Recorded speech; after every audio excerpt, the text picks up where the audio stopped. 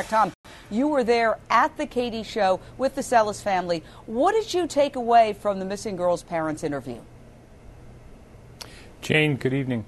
The parents are very deep in the throes of a crisis. You'll notice from just watching the father, the husband, he's just focused on the wife. Not a lot of sensory stimulation. I mean, he's really fatigued, and she is just so brokenhearted. Again, I think the key to cracking this case is going to come from investigators constructing a timeline and identifying every individual that this family has interacted with, whether it's a family member, acquaintance, somebody who's done work in that area. This is going to break the case by looking at that kind of constructing that timeline.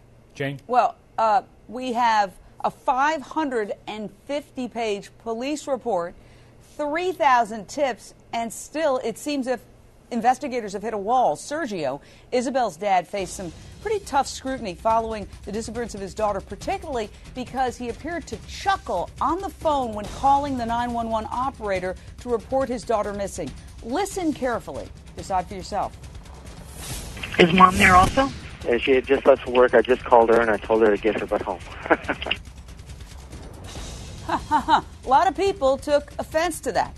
But we found out today on the Katie Couric show, Isabel's dad said at first he didn't think Isabel was really missing. Listen to this. Honestly, at first, I didn't think she was missing. I thought actually she might have just been taken by either Becky's brother or her aunt, gone out for breakfast. Something logical. Something logical.